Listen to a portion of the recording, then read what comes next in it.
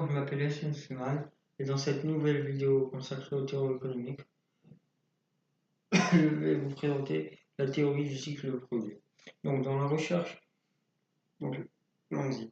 Donc dans la recherche des déterminants du commerce international, on considère premièrement l'impact de la recherche et développement, de ce qu'il s'appelle la recherche et développement, et les conséquences en second lieu du progrès technique, notamment responsable de la baisse de la pénibilité et de l'accroissement des rendements.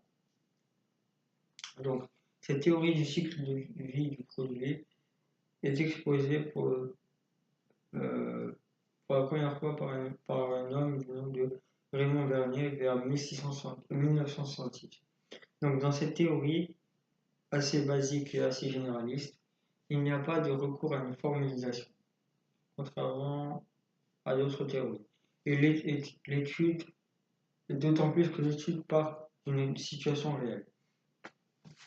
Donc, la théorie du cycle de vie d'un produit est une notion ancienne utilisée dans les études de marketing, permettant de rationaliser la durée de vie économique d'un produit, de son lancement par l'élaboration par exemple d'un prototype à son abandon suite à un changement d'orientation. Par exemple en y intégrant de nouvelles fonctionnalités ou en lui attribuant une nouvelle utilisation. Donc, il y a on considère qu'il y a 4 étapes dans cette théorie. Donc, la première étape, c'est la période de nouveauté. Donc, il y a un nouveau produit qui apparaît comme un bien considéré généralement comme un bien de luxe et dont la demande n'est pas sensible véritablement ou significativement au niveau de prix. Donc la production, dans un premier temps, s'effectue en série et exige une faible intensité en capital. Donc il y a des rendements plus ou moins constants. Donc la seconde phase, c'est la phase de croissance. Il y a une mise en place d'une stratégie concurrentielle généralement axée sur le prix et la méthode utilisée pour produire de nombreuses unités et la méthode de production de masse.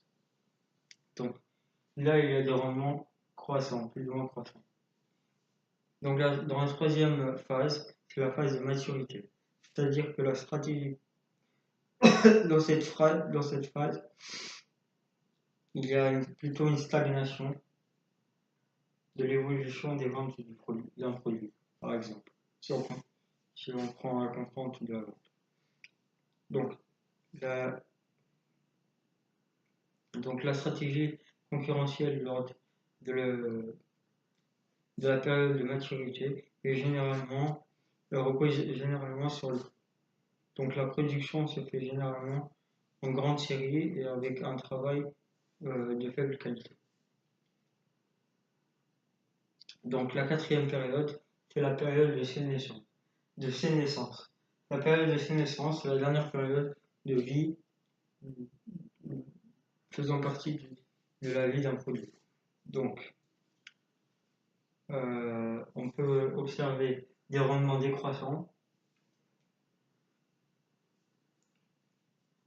et donc elle correspond à la période où un substitut apparaît par exemple et remplace le produit, ou une innovation majeure le rend le produit obsolète avant qu'il soit cessé d'être produit.